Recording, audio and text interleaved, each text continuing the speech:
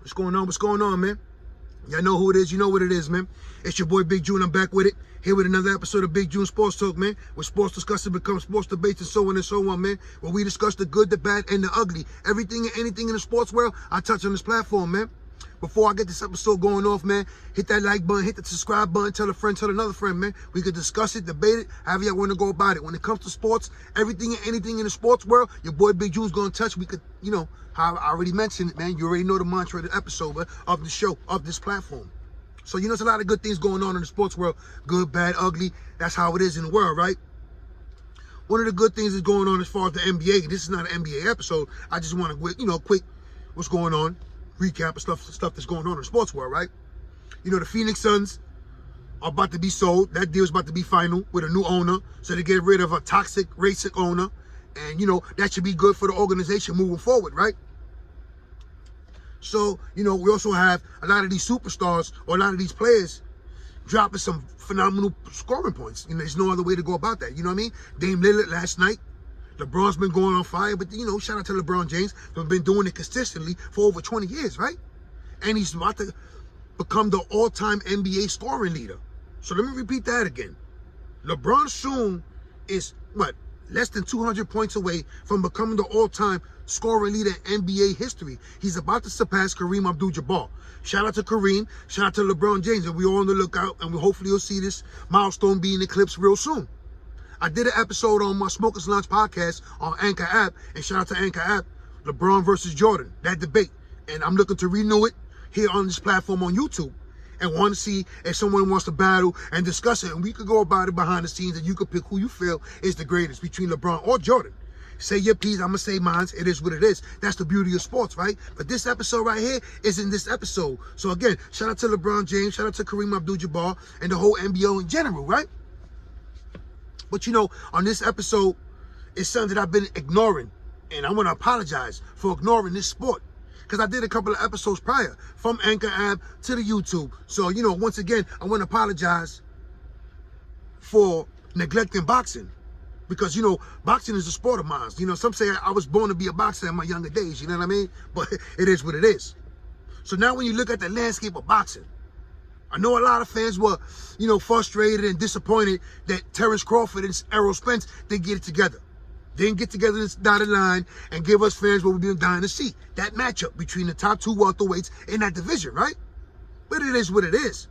Now, when I look at this list that I'm about to give y'all, you know, talk boxing with y'all, I see some good promising fights, some exciting fights.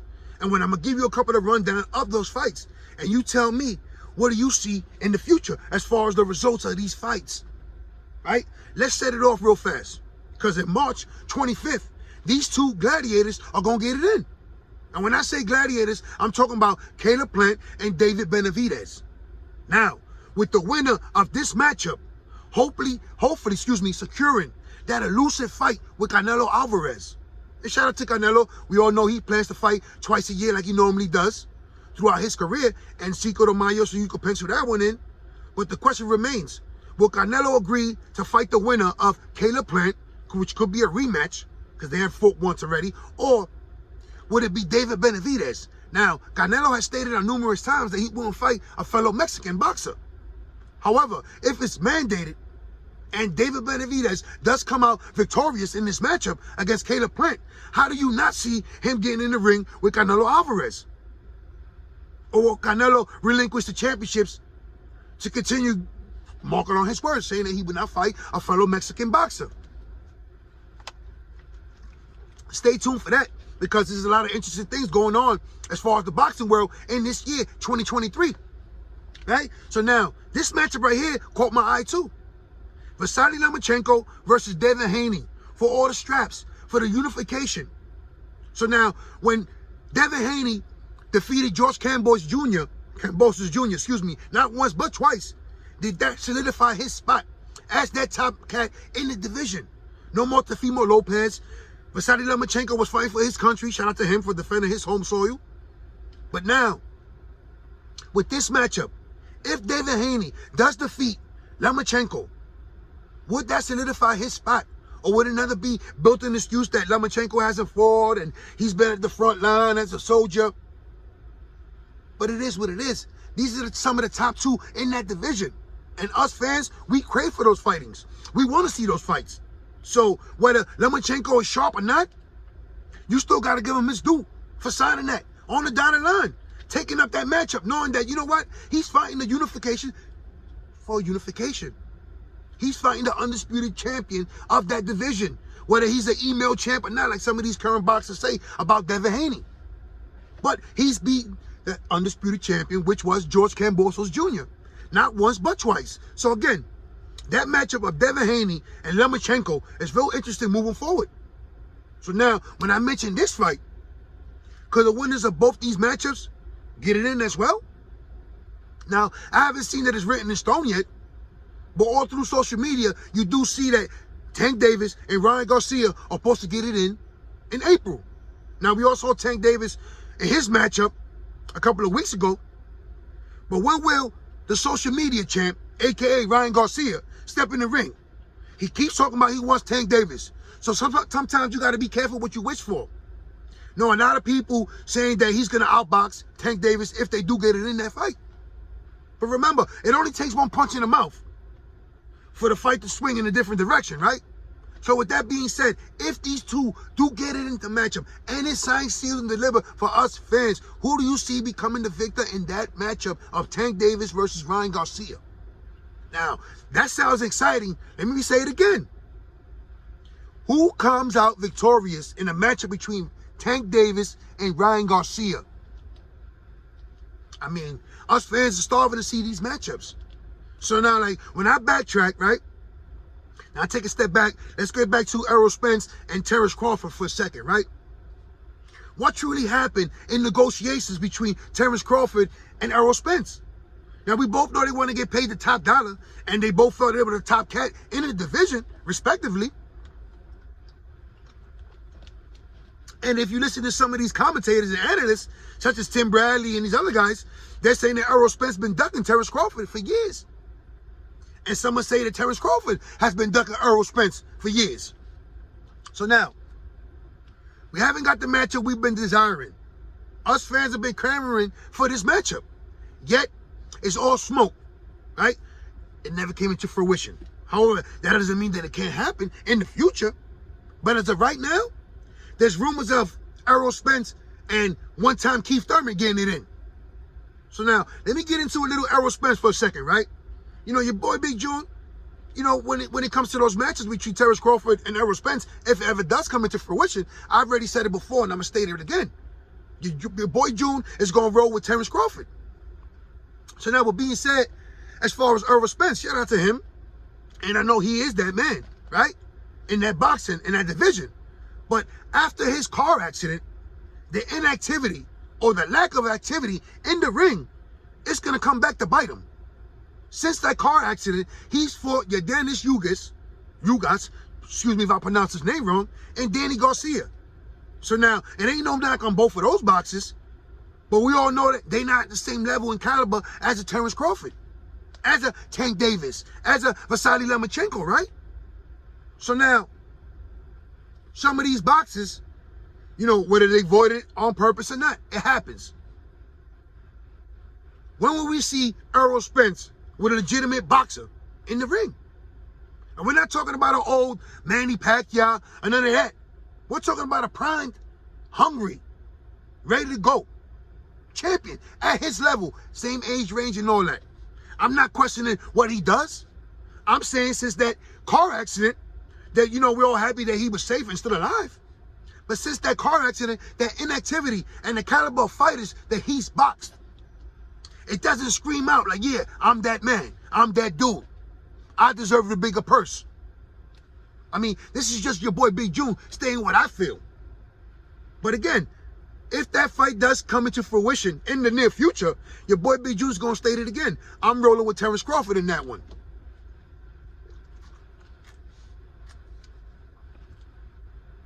So now, why is it that there's always a boogeyman in every weight class, right? In every division, there's a boxer that's constantly, consistently, habitually being. Nobody wants to fight them, right? So What about Jaron Boots Ennis? Or Dimitri Andrade, if I pronounce his name right. Now, these are some of the boxes that are being avoided. Constantly, consistently being avoided in the weight class by any boxer. So, I just gave you those two names real fast. There's a lot of other boxers that are being avoided that you don't see, and you don't get to see what they're capable of because they don't want to step into the ring. So, like, when you look at the Charlo twins, yeah, I'm saying it, who have they fought? Who on their resume screams out like, I'm that guy, the way they chitter and chatter? I mean, it is what it is when you come to some of these boxes, but when you look at the resume, the mouth and the resume, it don't add up. It don't add up, and it never will for some of these boxes. So I said, you know, Tank Davis, Ryan Garcia, hopefully we get that matchup in April or later on in this year. Who knows, man? Let's just looking at it like, here's a boxer like, don't know if he's really being avoided. A lot of back and forth on social media with some of these top boxers in respective weight classes, from David Haney to Tank Davis. But I want to look outside the boxing ring for a second, right? And speak on this young man for a second. What's the mindset of Shakur Stevenson moving forward? Right? Is he dedicated to the sport?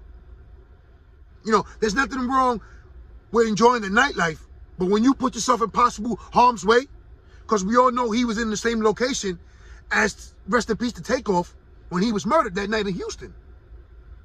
And yeah, that could be your hometown and you're familiar and everybody shows you love when you're in that city. However, you do have an obligation to your company, to your camp, to your family, to your fan base, to continue to excite and deliver in the boxing ring, not in the social media world. So now looking at it from that standpoint, is his dedication to boxing there? Is his focus to boxing there? I mean, he just witnessed a man being murdered. So for that young man, he needs to take a step back and focus on what got him here, and that's boxing. And I just read something about a future matchup for him, I think in April or May. And shout out to Shakur Stevenson, and hopefully you stay focused and realize this is what it is and stay out of harm's way. Because a bullet don't got no name. You know what I'm saying? And anybody can get hit. You see what happened in Takeoff? He wasn't supposed to be there. At the wrong place at the wrong time. That went for him. That could have went for the boxer as well. So now, when you're thinking about some of these boxers and some of the issues that they do have, I'm going to mention EDWIN BERLANGA.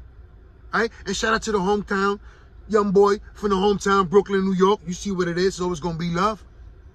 What's next for him? Fresh off a 6-month suspension, he came out blasting. Boom. Bust the door through. 14, 15 straight first round knockouts. I mean, he took the boxing world by storm. However, as the level of competition has risen up, it showed a lot of holes in his game as far as defensive-wise and boxing skills, right, have come into question. But yet, he's still young and undefeated. So, with the right management, still with the same training, father, whoever it is, right? Can he become that next stud in boxing? Or will he be a sacrificial lamb and get thrown to the wolves a little too early? Like Fernando Vargas, that comes to example for mine real quick, right? So again, shout out to EDWIN BERLANGA. Hopefully you can regroup, come back stronger, get your game on, get your boxing skills on, and demonstrate that you're a complete boxer. Not only one who lacks the boxing skills to last 12 rounds in the match. We all see you knocking dudes out left and right in first round. But we want to see you punish people convincingly, excuse me, for 12 rounds. Punish one as a complete boxer. It is what it is. Before you do get those premier matchups against a Charlo, against a Canelo Alvarez, against a David Benavidez, some of these top dogs in that class. We don't want to see you get thrown to the wolves when it's too early. Let him master his craft, get it down pat, feel comfortable in that ring, sliding from side to side, And then let the best boxer win. It is what it is, right? That's some of the takes that I have with some of these matchups, right? But let me go to Canelo real fast, right? Because I mentioned him with EDWIN BERLANGA as a possible opponent in the near future. What's next for Canelo? I mean, someone like I said earlier, he's looking to avenge that loss against Dimitri Bivol. Now, all of a sudden, the Bivol is a hot commodity. So you're going to get to see that matchup between him and the Russian Nightmare, right? But us fans are glad that that trilogy between Triple G and Canelo is over with. It's done with. There's no more. It is what it is, right? Canelo moves on. But now us, as fans, want to see what Canelo has in store for us. Because we always know that he fights twice a year. So what is he going to prove? What is he going to prove? Who is he going to fight moving forward?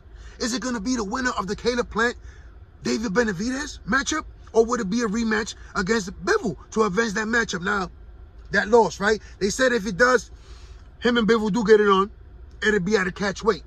Is that more of an advantage for Canelo? Because I mentioned this on a prior episode as far as Canelo Alvarez. It's amazing what he's accomplished in the sport. But when you look at all the weight loss and weight gain and up and down over the years, it takes a toll on you. And as we all know, he's not getting any younger. So was that one of the reasons that came back to him to haunt him in that Bivol matchup? I mean, we don't know.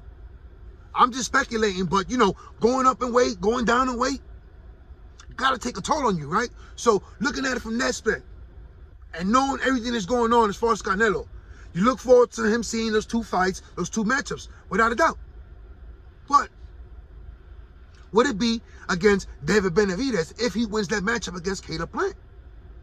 Canelo has stated numerous times that he doesn't want to fight a fellow Mexican. However, if David Benavidez wins this fight and is mandated by that weight class, I don't see how Canelo doesn't fight David Benavidez. I mean, stay tuned for that. Stay tuned. Hopefully we do get the Tank Ryan Garcia matchup. Stay tuned for the winner of the Vasily Lomachenko, Devin Haney. I mean, those are good, juicy matchups. You know, Gary Russell calling out Pitbull Isaac Cruz, saying he'll knock him out. These are some of the boxers that don't get that limelight, don't get that spotlight. Who's Rolly Romero's next matchup? Mr. Talk a Lot. You know, this is some good, interesting characters in the boxing world that, you know, us fans need to see more of. Hear more about, see more of. We need to see the catalog. I want to see the Charlos get in the ring with real solid boxers in the coming years. Stop asking for a fight against Canelo Alvarez. Why don't you fight David Benavidez? He's been calling you guys out for years. What about Demetrius Andrade? When will you suit up with him? I mean, it is what it is, right? So if Errol Spence does not get in the ring with Terrence Crawford, what about Boots Ennis? I mean, hey, why not? The Boogeyman. Give us fans something. Solidify your spot as that top welterweight. It said that you about to relinquish the belt and move up in weight. I get it. It's hard to go back and forth flip-flopping with weight. We get it. But you could have been did that. Why wait now? Give some of these young up-and-coming boxers their time to shine. If it's not going to be against you, then relinquish these championships and let the best man win. It is what it is. Now, as far as some of these other guys like Josh Taylor, Teofimo Lopez, let's see what they do in 2023. Because they too were supposed to be on a collision course. However, a lot of these other matchups, it's never coming to fruition. However, it doesn't mean that it won't. It just means that right now, as we speak, us fans will continue to be frustrated because we're not going to get the premier matchups, the dream matchups we want to see. But you also have hope knowing that you got Vasily Lomachenko versus Devin Haney on the horizon, Caleb Plant, David Benavidez on the horizon. You also have the rumored Tank Davis, Ryan Garcia on the horizon. So as boxing fans, you got to be feeling excited. And hopefully these two get their pride to the side, get the money right, and give us what we want. Terrence Crawford versus Spence. It is what it is.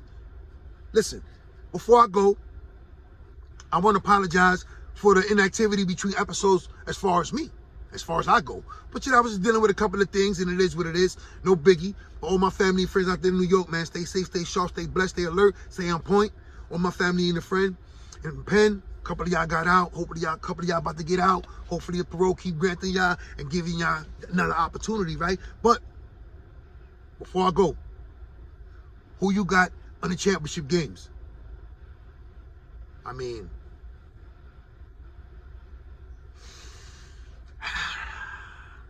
you know what? I'm gonna go out and land. I'm just gonna say it like this. I got the Cincinnati Bengals and the 49ers in the Super Bowl. I'm out.